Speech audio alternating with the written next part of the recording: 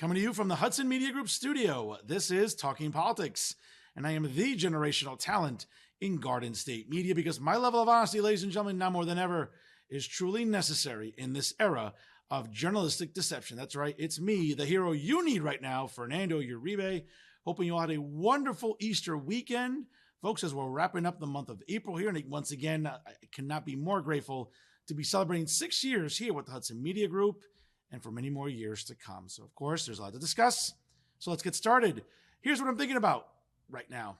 Folks, I got to tell you, celebrating Easter this year was special because we got back to normal as a country. You know, no Easter bunnies twerking on the White House lawn, no drag queens standing around looking creepy, or mentally ill people running around on the White House lawn, you know, trans people. We actually got to celebrate Easter in a normal way as a country. So back when then the 46th president of the United States, Joe Biden, was celebrating Transgender Visibility Day on Easter Sunday. Well, this year, the 47th president was just celebrating the resurrection of Jesus. Know the difference, folks, because guess what? We're not the same. And it was great to see President Donald Trump and his lovely wife, the First Lady Melania Trump, greet visitors, children, and the Easter Bunny at the White House lawn. And what was even more special for me, folks, is knowing that there were children in the vicinity and we didn't have toxic people around. You know, again, drag queens walking around, Easter bunnies twerking, you know, grown men playing dress up and make believe, you know, mentally ill people, you know, transgender people, right? Or grown women, you know, pretending they're tomboys at the age of 40. I mean, again, that's what transgender people are doing now. But it was especially gratifying to see the President of the United States honor Easter the way it should be honored. Again, with the resurrection of Christ. And I'm not the most overly religious person. Folks, as you know, on this program, I don't ever like to espouse religion or shove it down anyone's throat. But again, as someone who was raised Catholic and is a devoted Christian now, it was just gratifying to see the President of the United States of America celebrating Easter the way it should be. Not what the woke left or progressives or feminists or cat ladies would like. No, folks, regular everyday Americans. Because this is what we voted for back on November the 5th of 2024. To get back to some sense of normalcy. To make sure that we don't embrace any of the woke bullshit that we had to embrace the last 4 years. But once again, seeing the President and the First Lady on the White House lawn with, again, an Easter bunny, greeting children in a wholesome way, unlike what we saw the last 4 years. It bears repeating. Again, Easter bunnies twerking, drag queens walking around, scaring kids potentially. And once again, mentally ill adults, again, you know what I'm talking about, somehow in the presence of children during the holiday of Easter. Folks, if that doesn't freak you out, then I don't know what does. But again, it's that sense of normalcy that, again, made Easter special once again in this country for a lot of us. And I know for those of you that don't celebrate Easter or even Passover, because coincidentally it coincided on during the same time period. It was gratifying to see that, being that the President of the United States has Jewish grandkids and kids who practice the faith, especially his son-in-law, and of course his daughter. When you look back and see this footage here, when you see, once again, the President of the United States celebrating Easter in a way that is, and I can't say this enough, that is wholesome, that is, again, giving kids that period of innocence that they deserve during this special time. Okay, folks, you only get to, you know, have one childhood. So you want to make it as wholesome and enjoyable and really the least toxic that you could possibly make it for kids. Now I recall for myself, you know, coming up from humble beginnings, my parents, my family and I, we celebrate Easter in a very humble way. We'd go out and get something to eat, or we'd order food and bring it back to the house, and we would just, you know, find a way to honor Christ in our own way. And folks, and one of the reasons that, you know, this monologue is so important is because, again, I think the way we want to practice religion is really subjective.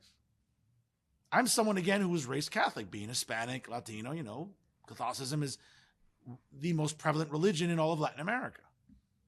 But growing up, I've had my issues with the Catholic Church, and I still do. Believe me, I'm not shedding any tears or losing any sleep over the passing of the recent Pope. Again, one less Marxist isn't something that I'm really going to be like crying about. But I've had my issues with the Catholic Church. I've had my issues that they need to revamp a great many things. But like anything else, that takes time. But what I can do as a Catholic and as a Christian more specifically now is to practice religion in a way that's suitable to me. I'm not going to tell you how to worship. I'm not going to tell you what you should be doing or not should be doing. Folks, it's up to you how you want to practice your faith, especially for us Christians. I'll give you an example. Here in Hudson County, there's a great church in Union City, in the Midtown section of Union City, right on New York Avenue, called St. Augustine's Church. Yours truly was baptized there and also received his communion there. Yes, folks, many, many years ago, yes, those days of innocence that you see in my socials, yes, they were made possible by St. Augustine's Church. And I don't go every Sunday for Mass. I don't have time. And that sounds terrible to say. But what I do every week at some point is I walk in there when it's empty. I sit there by myself, talk to God, say what I want to say, be thankful about everything that I get to enjoy right now, most importantly, my health. Because health is wealth, folks. Health of my family, the health of my inner circle, and the health of those around me that I find to be exceptionally important. And that's it. 10 minutes in and out, and I go about my day. And that's how I worship. It doesn't make me better than you. It doesn't make me worse than you. It just makes me someone that worships in my own way. And you're probably wondering why I even made that admission. Well, the reason is, quite frankly, is that it's a reminder about how we, for many of us, Christians and Catholics, we hold Easter sacred. And I know what you're going to say. Well, there's Fernando going off on some conservative tangent. No, I'm not. I'm just telling you how I feel, and quite frankly, how many started feeling since November the 5th of last year. When we stopped embracing all the woke bullshit. When we stopped believing in these academic terms and all these social construct nonsense of gender identity. You know, folks, I'm a grown adult with multiple graduate degrees. And you know what I believe in? Biological reality and material reality. Okay? If you have XX chromosomes, we know what you are. If you have XY chromosomes, we know what you are.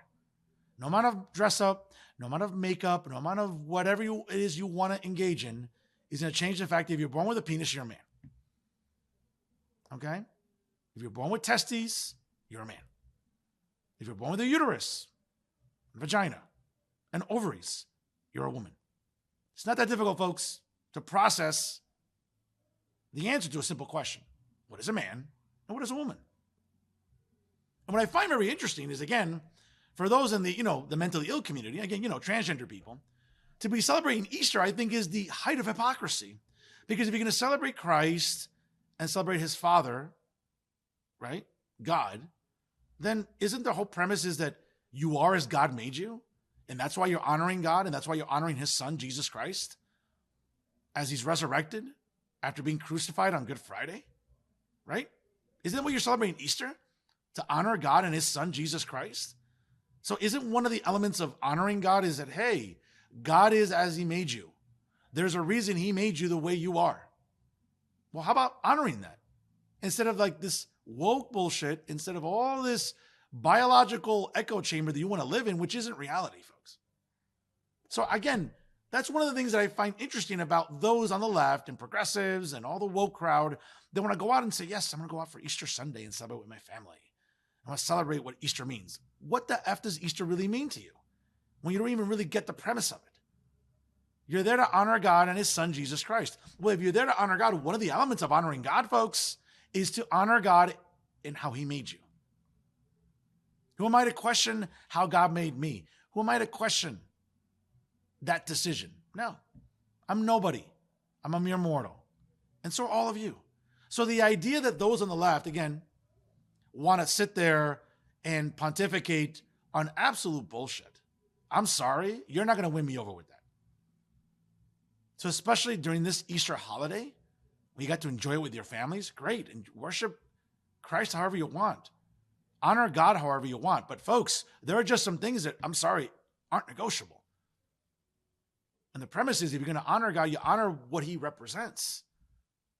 So the idea, if you're born a man, you're a man. Sorry, no amount of makeup, no amount of surgeries, no amount of, make-believe is going to change the fact that you're a man. Okay? If you're trying to become a woman, like you're just flat out lying to yourself and others as well. And if you're a woman born with ovaries, a uterus, and a vagina, no amount of makeup, no amount of chopping off your hair, no amount of chopping off your breasts and whatever else doesn't make you a tomboy. Sorry. So again, if we're serious about celebrating Easter for those on the left, and again, part of Easter is honoring Christ and his Father, right? God. Well, again, if God made you as is, and if you are as God made you, well, then you need to honor that. This idea of, picking and choosing when you want to be selective about gender and all this other nonsense. No, folks, it doesn't work that way. Okay? It's about biological reality, not some social construct, not some academic bullshit that some left-wing professor at some university told a bunch of students over the decades, and somehow the left has swallowed it hook, line, and sinker. Sorry, folks. I'm not here to lie to you. I'm here to tell you the truth, even when it's most uncomfortable. And what's uncomfortable is that you don't get to pick and choose how you want to celebrate Easter in that manner. You want to honor God? Let's honor God. Don't pick and choose when you want to do it. And in terms of how to honor Easter, folks, what can I tell you? You can see the footage behind me. You can see the pictures. You can see the fundamental difference. When there's a president that takes Easter seriously, again, who doesn't let drag queens run around scaring children, who doesn't let mentally ill people just run around on the White House lawn, or have Easter bunnies twerking. That's not Easter, folks. Okay? And if that's a perfect way to encapsulate how morally bankrupt the left has become, well, we saw that with the 46th president. Thankfully, the 47th president knows better. And he did this past Easter. As you can see there, a lot of happy kids there. Better than seeing them all frightened, like we saw for the last 4 years. But hey, what do I know? I only live in reality. Do you? And that's what I'm thinking about right now. Now, some local stories for your consideration. A special thank you to James De Los Santos, the editor of HuffPost, for his reporting on this very significant story. And last week, in memory of April 18th, 1946, Jackie Robinson broke the color barrier in professional baseball at Roosevelt Stadium in Jersey City. He was playing for the Montreal Royals against the Jersey City Giants. Now, Robinson's debut predated his major league entry with the Brooklyn Dodgers by nearly a year. Now, in front of a crowd exceeding 50,000, Robinson went 4 for 5 at the plate, including a 3-run home run, 4 runs scored, and 4 RBIs, along with 2 stolen bases, contributing to the Royals' overwhelming 14-1 victory. This performance marked the first time a black player participated in a game affiliated with Major League Baseball. Now, Roosevelt Stadium, once located at Droyers Point, has since been demolished. However, a statue of Robinson stands in Journal Square, commemorating his historic debut and the city's role in advancing racial integration in sports. Folks, as a diehard baseball fan, every April when we see Jackie Robinson Day, it's a reminder about the advancements that people of color have made in organized sports. Just think about that for a second, folks. 1947, shortly after the end of World War II, as we were unfortunately approaching what would be the precipice of the upcoming Korean War. We're still seeing a country in turmoil, trying to recover from all the loss of life after battling the Nazis, Imperial Japan, and fascist Italy. Sure enough, Jackie Robinson gave us a reason to believe in baseball, and gave us a reason to believe in diversity, and give us a reason to believe that, hey, regardless of your skin color, you can excel in anything if you put your mind to it. And Jackie Robinson embodies that spirit. Now, I'm not sure if you had a chance to see the movie, 42 in 2013, starring Harrison Ford. And of course, the great actors that were all involved in that movie. But I got to tell you, the actor playing Jackie Robinson, who we all came to know as eventually playing Marvel's Black Panther, I got to tell you, folks, what a marvelous role. The idea that he even won an Oscar, or was even nominated for an Oscar, I'll tell you, it makes you wonder what a robbery it was to not have Chadwick Boseman be an Oscar winner that year. But if you haven't watched 42, I suggest you do it. Not sure on what platform it's on, but trust me, it's one of the better 2 hours of movie watching you'll ever have. But it's a reminder, folks, about, again, the historic strides that represent what Jackie Robinson meant for professional baseball. Thus, every year, Major League Baseball has Jackie Robinson Day, where every single Major League player sports the number 42 during the live game.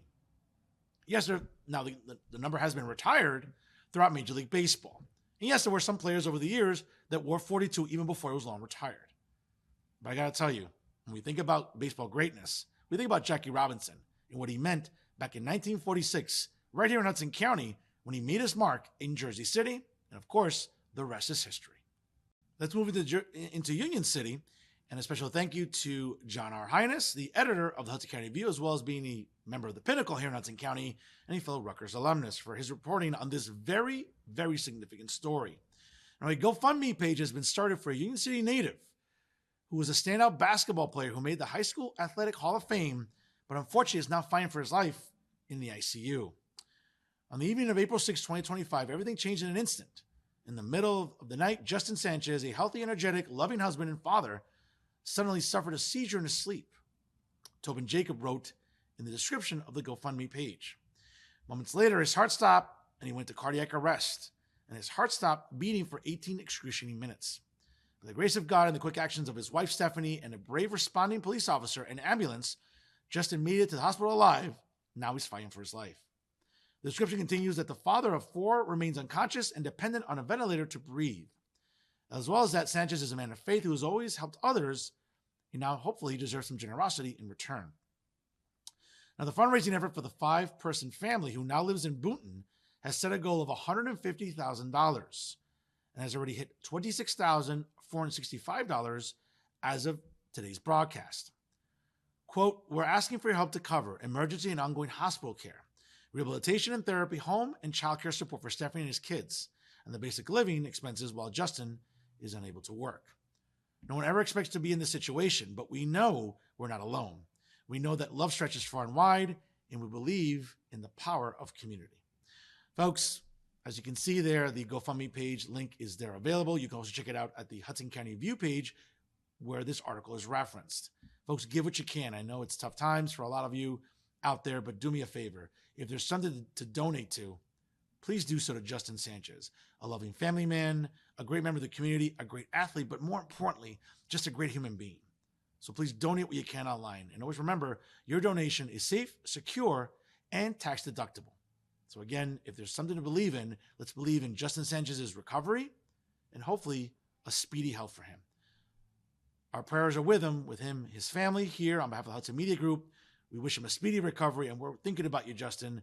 Let's get you better, and let's get you back on your feet, hopefully, as soon as possible. So once again, folks, if you're looking to donate, do reference the Hudson County Review page with the article there, and of course, donate whatever you can to help Justin Sanchez and his beautiful family. Let's move a little north into Guttenberg, and once again, thank you to John R. Highness, the editor of the Hudson County Review, for his reporting on this story. Now, a Guttenberg woman was charged with spitting in the face of police officers into their eyes and biting 2 others, as well as an EMT, while resisting arrest early this week, according to authorities in the Guttenberg Police Department.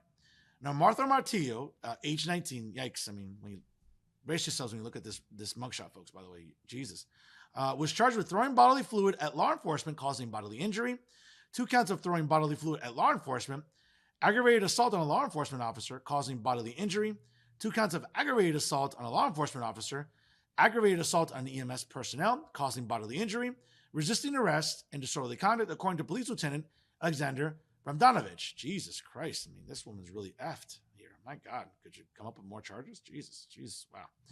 All right. Yes. Now, approximately at 4:52 in the morning, folks, let's be honest, nothing really good happens after 3 a.m., but let me not digress. Members of the Guttenberg Police Department's Patrol Division responded to a residence on Jackson Street after receiving a report of a fight. Well, folks, that's not really the best part of town. And, well, again, I'm not trying to be stereotypical, but nothing really good happens after 2 a.m. on Jackson Street. But, again, let me not digress. Immediately upon their arrival, officers heard loud yelling coming from inside the apartment. During the on-scene investigation, officers observed the apartment in disarray, with food spilled and smeared on some of the walls. I mean, this girl probably was drunk on her mind or high or God knows what the hell was wrong with her. Jesus Christ, my God. Additionally, they uncovered Martillo was upset with some of the individuals present in the apartment because she wanted her cell phone and her sweater back. Okay. While officers were speaking with the caller, she continued screaming and was restrained in handcuffs for the duration of the investigation in order to prevent more violence. My God, what a hot mess. Jesus. As a result of her behavior, officers summoned the assistance of North Bergen's Emergency Medical Services to evaluate Martillo. While waiting for EMS to arrive, Miss Martillo continued behaving erratically, screaming that she wanted her cell phone. Officers had recovered her cell phone and attempted to calm her down without any success. Moments later, North Bergen EMS arrived on the scene and officers attempted to guide her down a staircase for her evaluation. Martillo continued to behave erratically and refused to cooperate. I mean, folks, it just makes you wonder, how drunk was she? My God, what a mess. My God. Officers had to resort to picking her up and carrying her down the flight of stairs. Whoa, you folks, it must have been a really toasty Saturday night. Let's just leave it at that. Carrying her down a flight of stairs in order to try and avoid her combative behavior. While carrying her down the flight of stairs, she was kicking and screaming, during which she kicked one of the responding officers with her foot. Once outside, Martillo was seated out on the sidewalk while waiting for the EMS stretcher to be set up. When it was time to seat her on the stretcher, she became agitated and did not cooperate with the EMTs, and the officer, unfortunately, the efforts to calm her down were unsuccessful. Officers had to pick her up again to sit her on the stretcher. While attempting to readjust her handcuffs, she spit on one of the responding officer's eyes. Jesus Christ, what a hot mess. When asked why she spit on him, she stated she needed to spit. Who says that? Like, what the hell's wrong with you? Jesus. As one of North Bergen's EMTs was attempting to assist our officers, Martillo bit her forearm. During the struggle, she also bit another responding officer on her leg. After a significant struggle to get the arrestee into the ambulance, responding officers and EMTs successfully transported her to a local hospital for a medical evaluation. Folks, I gotta tell you, I mean, this looks like, wow, what a ratchet-looking girl this was. My goodness, wow. So again, my thoughts are with the Guttenberg Police Department and, of course, EMT workers who worked very diligently to make sure that they got Miss Martillo down the stairs and certainly able to make sure she didn't harm herself any further or harm others in the process. Now let's move south into Jersey City, and a special thank you to the editor of the Jersey City Times, Aaron Morrill, for his reporting on this story. Now, a Summit woman, Barbara McCann-Stamato, out of the 31st Legislative District, said this week that her latest endorsement highlights, quote, her commitment to progressive values and dedication to advocating for working families. Now, the left-wing, far progressive New Jersey Working Families Party is backing McCann-Stamato in her bid for another 2-year term representing the 31st Legislative District, which includes the city of Jersey City, Bayonne, and Kearney, more the south side folks and also the west side. Now, the Democrat is running alongside Bayonne Councilwoman Jacqueline Weimer on the slate backed by Jersey City Mayor Stephen Fulop, another Democrat who is campaigning for governor. Quote, their support reflects our shared commitment to advancing policies that put working families first, from advocating for affordable housing and fair wages to ensuring access to quality education. We will continue to fight for an equitable future for all in LD 31. Together, we will work to create a New Jersey that works for everyone, not just the wealthy. In its announcement, the Working Families Party highlighted its commitment to electing leaders in the first legislative primary election since the abolishment of, quote, the county line, and the ballot design favoring county party-backed candidates. It also acknowledged all its endorsements are, quote, united by a commitment to fight for working families instead of leveraging the power of government for the benefit of the rich and the well-connected. Now, since taking office in January of 2024, McCann-Stamato said her legislative focus has been on policies, quote, promoting economic justice, equitable development, and social equity. What the hell does that mean, Barbara? More on that later, though, because this is where the rubber meets the road with how dishonest the New Jersey Working Families Party is. Her and Weimer's campaign has prioritized, quote, a policy-driven approach aimed at delivering tangible improvements in the lives of New Jersey residents, according to a press release.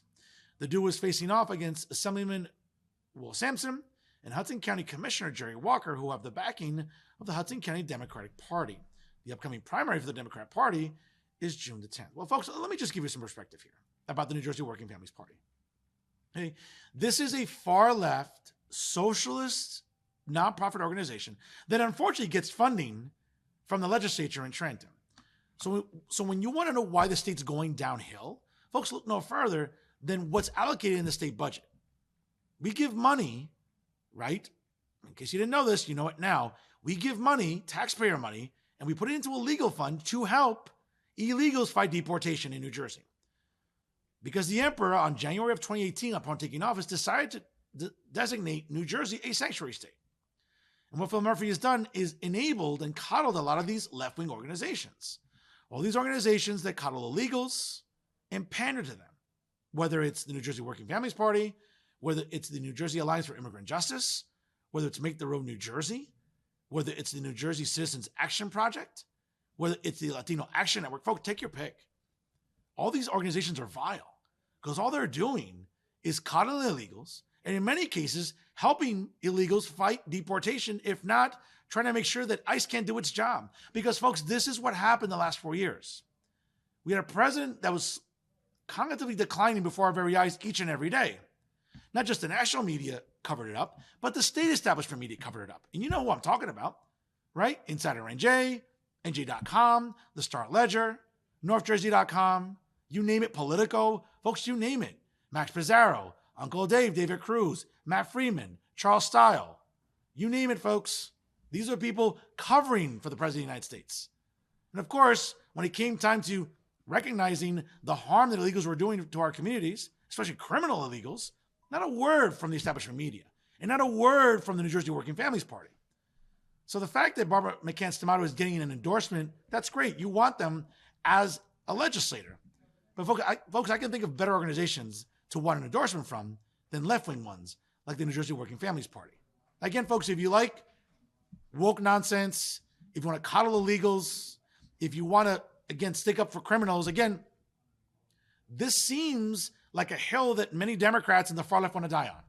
It seems like for whatever reason, you want to revere the most vile of human beings, right? Like Mr. Garcia out of Maryland, now not a Maryland resident, but an illegal immigrant. Oh, and also a wife beater, and also a member of MS-13. But these are the people that the New Jersey Working Families Party loves to coddle and cater to. They don't care about Americans. They don't care about the harm that illegals do to Americans, like American citizens, like Keith Steinle, Laken Riley. But no, they want to stick up for illegals whenever they can. Folks, that's what the New Jersey Working Families Party is and all these left-wing organizations. With all due respect to Assemblywoman, you should look for better endorsements, not from violent organizations like this one. Folks, and that's our show for this week. Once again, I want to thank the leader in independent media right here in Hudson County, the Hudson Media Group. Please check out all of their wonderful content by following them, obviously, on YouTube. It takes 5 seconds, ladies and gentlemen. Like, comment, share, and most importantly, click on the subscribe button there for the Hudson Media Group. Don't forget to like them on Facebook. Of course, follow them on Instagram and X. And of course, you can always rely on outstanding programming brought to you by the Hudson Media Group on a weekly basis, which includes Hudson County View Live every Wednesday with John R. Highness, Stick at Night with Hudson County Commissioner Anthony Romano, and of course, all the great young men and women working at North American High School to bring you very insightful and informative content here every week with the Hudson Media Group. And folks, as I celebrate 6 years and counting here with the Hudson Media Group, again, it's a staunch reminder to everybody. I'm the hero you need right now in media. Because as we all know, the liberal media, whether it's local or statewide, continues to do you a disservice. They'll lie to you, they'll pander, they'll virtue signal, they'll gaslight you. But folks, you know what you can rely on with me? I won't do any of that. I'll just simply tell you the truth. And sometimes the truth isn't always easy to hear, but I'm here to tell it to you. Because again, if you need a hero in today's media, folks, you have it here with Fernando Uribe. And I'm proud to be your hero each and every day. And always remember, ladies and gentlemen, if it's unbiased, unfiltered, and unafraid, it's always talking politics. Right here with the Hudson Media Group. Again, check out our social media handles. And of course, share our content. It takes a few seconds, and it goes a long way in showing support for independent media right here in Hudson County. That's right, folks. I am the generational talent right now in Garden State Media. I'm the hero you need right now more than ever. Fernando Uribe saying, folks, enjoy the rest of your week. Please party responsibly. And of course, take care of yourselves. And always remember, stay classy, everyone.